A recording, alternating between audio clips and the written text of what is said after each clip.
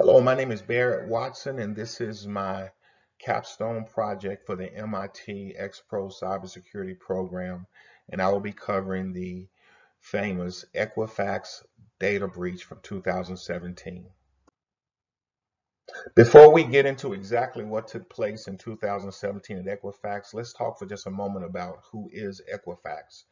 Equifax describes itself as a data analytics technology organization, and they create insight to help with power decisions for organizations, business, government entities, hiring entities, and so forth.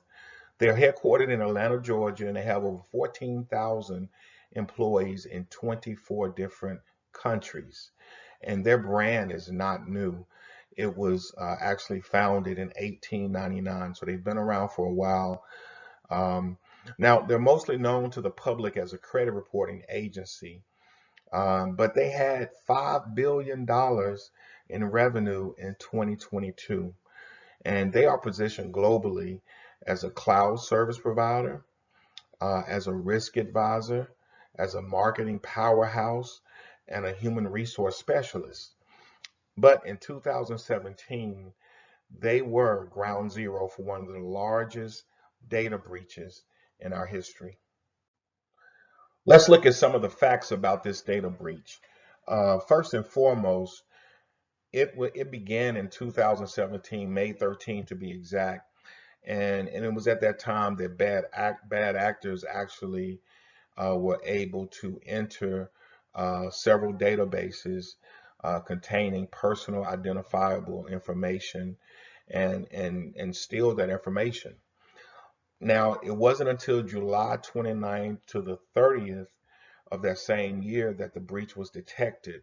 The breach was in the ACES server, which was the portal for personal disputes on their website. And at least 147 million US citizens PII was exposed before that server was shut down. September the 7th, 2017, the former CEO of Equifax, Rick Smith, announced the data breach. Here are some more facts about that data breach. First of all, NIST has what is called a National Vulnerability Database, or NVD, and they issue vulnerability alerts, and they did so um, in May, just a few days before their breach. They released a CVE 2017-5638, which talked about a vulnerability in the Apache Struts 2 server. It was susceptible to injection attacks. And if we look at this diagram here, we see that the attackers were actually scanning the web for any such servers that were compromised or that were vulnerable, and they found one. They identified it as unpatched and vulnerable to a RCE attack, which is an injection attack. The attacker found it, they compromised, and once they compromised and gained access to the network, they also gained access to credentials. And unfortunately, the credentials were not encrypted. They were found, and they were able to escalate their privileges on the network and find even more databases. And the attackers stayed hidden by by minimizing the amount of data that they took every day. They literally walked encrypted data using the same encryption that Equifax would have used, so as not to set off any alarms. And they literally walked small portions of data back through the firewall every day for over 60 days. One of the things that you want to gain whenever you have a breach of this magnitude is you want to look at what led to the breach, what happened, what was the cybersecurity stance of their organization before the breach. And what I found in my research is that it was the perfect storm. What went wrong? A lot went wrong. The first thing that we understand is that there was a vulnerability alert put out about the Apache Struts 2 server, and over 400 emails went out to alert the IT department as well as the security department that this vulnerability existed. By the time that circulated and it passed hands a few times, technically it was too late because the bad actors were scanning the networks looking for these, and they found it at Equifax. Now, on the surface, it looks like we have a few people that dropped the ball and this could have been completely prevented. But when we dive deeper into the state of cybersecurity at Equifax during this breach, what we found is that organizationally, there was a breakdown. There had been a um, there had been some turnover in the cybersecurity department, and the gentleman or the person that was leading the cybersecurity team was a legal person, not a technology person. Maybe they had some technology experience, but their role in the organization before they took that role was a legal role. Now you have the disbursement of staff. You have staff in the IT department, you have staff in another department, which is the security department, that are not communicating properly. And communication is key to a good cybersecurity plan. Um, and when you look at that breakdown and you compare it to the NIST cybersecurity framework, we can see why it took 60 days to detect the breach on the server that had a known vulnerability.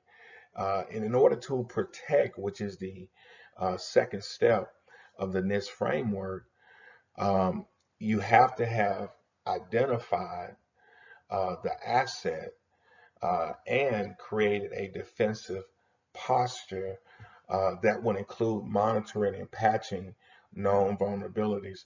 So we can see when we look at the NIST framework, we can see where Equifax sort of missed the mark there.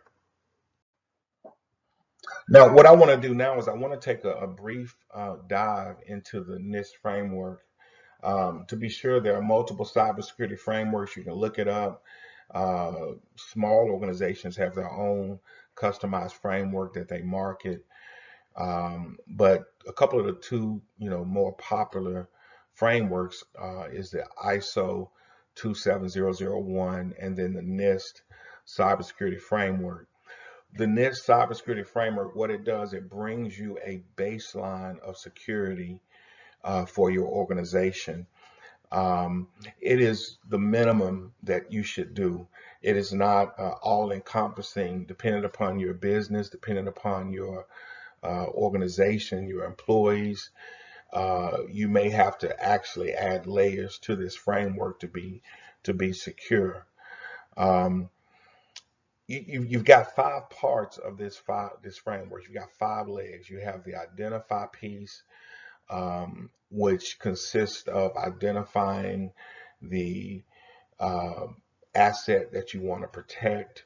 Then you have the protect feature, which consists of access control, meaning your IAM policy, your identity access management policies. You have awareness and training. That is huge. Awareness and training is a big piece because oftentimes the people, no matter how much technology you have, if the people are not aware of the most recent tactics of the bad actors, then the best security technology will fail without proper human interaction. Then you have data security, you have the maintenance, which your maintenance will include your updating and your patching, and just being aware of the current threat landscape. And then the third leg would be your detection. This is where you're monitoring. You're monitoring for any anomalies or any security events. You have technology tools that scan. You have a SIM, which is a security incident event monitor, which looks for anomalies based on what the parameters that you set for it for your network. There's even AI, which learns your network and what is to be expected, and then it monitors for anything out of the ordinary. And then you have your response. Your response is really a plan, just in case you're breached, or better yet, when you're breached, when you're attacked. What are you going to do? What has the plan been communicated throughout the company, or is it just localized to one department? And then you want to analyze what happened, mitigate as much damage as you can, then make improvements. And then the final phase is your recovery plan. Implement those improvements and communicate what happened bad, what happened good, and look for ways to be better for the next event. For this portion of my project, what I would like to do is walk through those 5 legs, those 5 steps of the NIST cybersecurity framework, and I want to compare what happened in the Equifax data breach to see what we can glean from this event. The first step, again, is to identify asset management, your business environment, your governance, your risk management strategy, and your risk assessment. If I had to give Equifax a pass or fail, I would say that when it comes to the risk management strategy, they failed. Unfortunately, uh, oftentimes there's so much work going on in the security department. How do you get someone to stop securing to work on a security project? That's a real challenge. But that's your risk management strategy. There has to be a plan in place to manage the risk. And then the business environment, um, you're dealing with identity. That's all you're dealing with at Equifax. So your business environment has to be one that's governed by the PCI DSS, which is the payment card industry security standards. And it's safe to say that if 147 million files with PII were exposed, then you've missed the mark when it concerns your business environment, and you've missed the mark when it concerns the governance of that payment card information or that PII. And then asset management. This is a huge one. Asset management has a lot to do with who's responsible for an asset. And there are pieces of equipment on this network that no one took ownership of. So consequently, that equipment was not secure. It was not defended well. There was even an additional attack in Argentina on a server that had the original username and password from the factory. So when it comes to asset management, they missed the mark.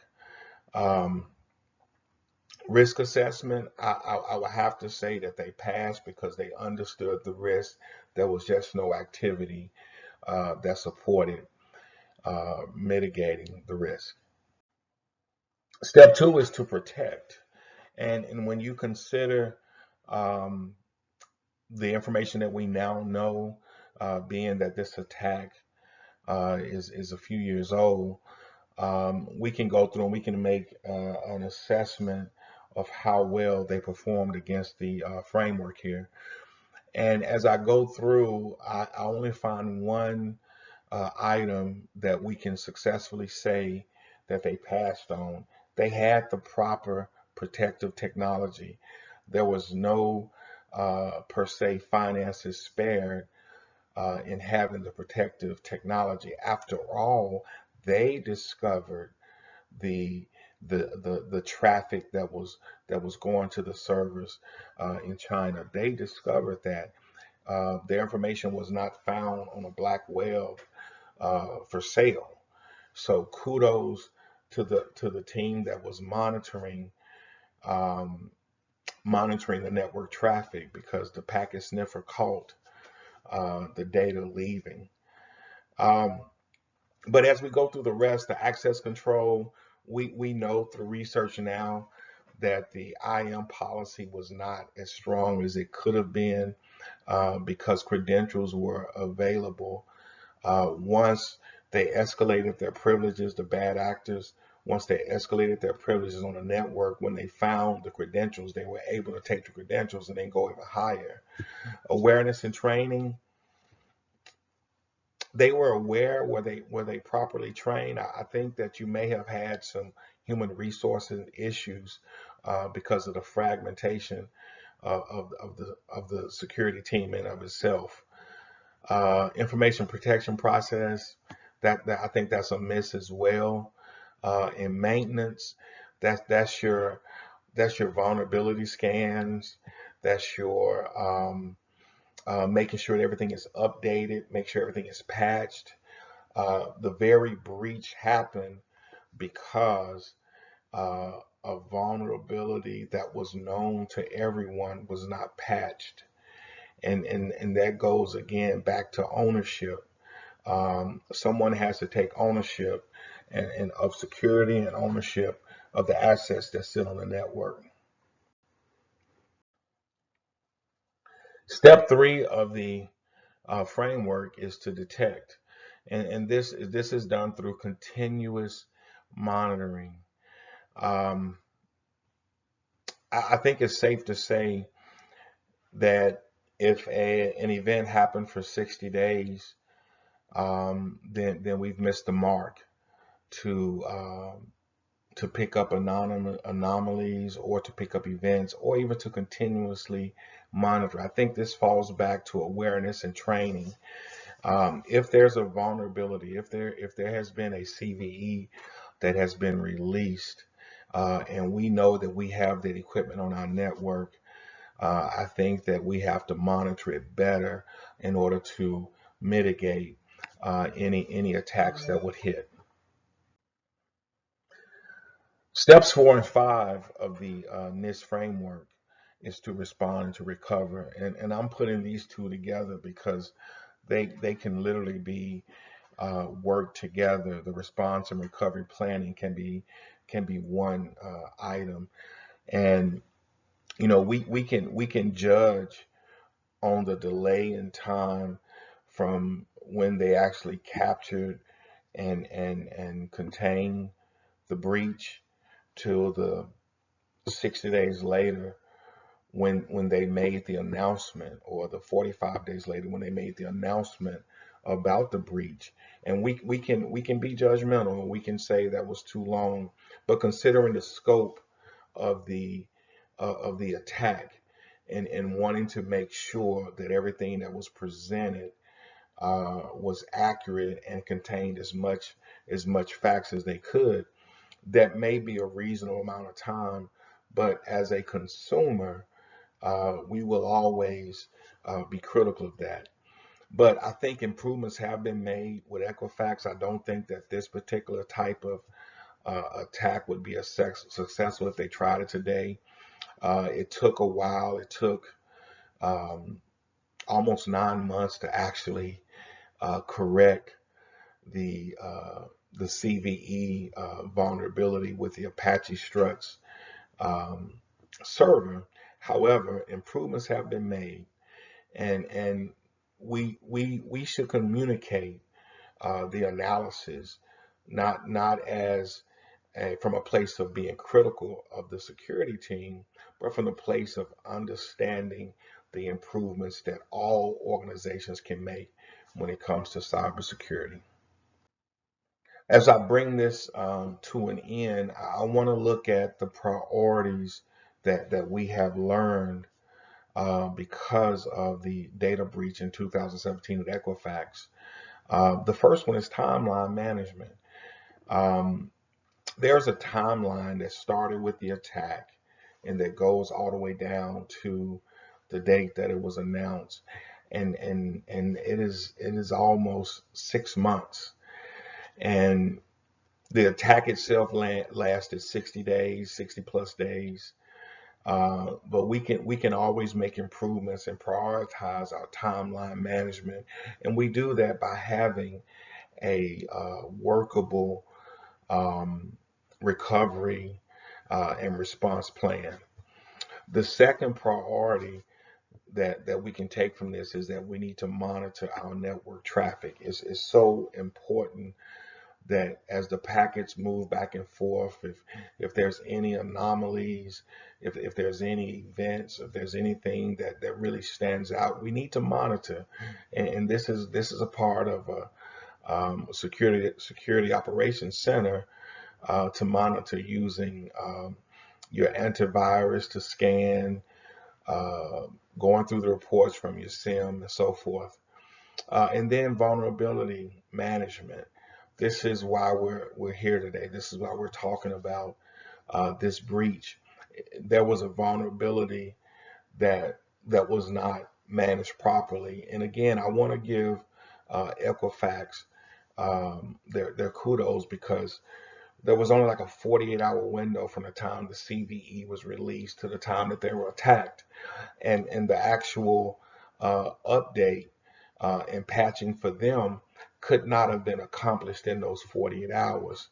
However, to wait another 9 months um, to tackle it is not a good look. But so vulnerability management has to be a priority. And then the fourth thing is the principle of least privilege. Um, that there were credentials that were available that probably shouldn't have been available. It probably should have been a little more difficult to gain um, privilege on the network. And the IAM policy, the identity access management policy, needs to be one of principle less privilege, least privilege. In other words, what what rights does an organization need, or does an individual need to actually perform their job? And that's all we give them. That's a healthy IAM policy. And then the final thing is defense in depth. There has to be layers of defense. There has to be layers of security, and those layers must communicate with each other, whether it be awareness, beginning with a healthy firewall, beginning with an intrusion detection and intrusion prevention system, uh, to monitoring the SIM, and then just good old common sense. And these things will go a long way. So all in all, even though there was 147 million U.S. citizens, not counting Canada, not counting in Europe, that had their PII compromised, we were able to learn a lot about the state of cybersecurity from looking at this breach. Thank you so much for your time.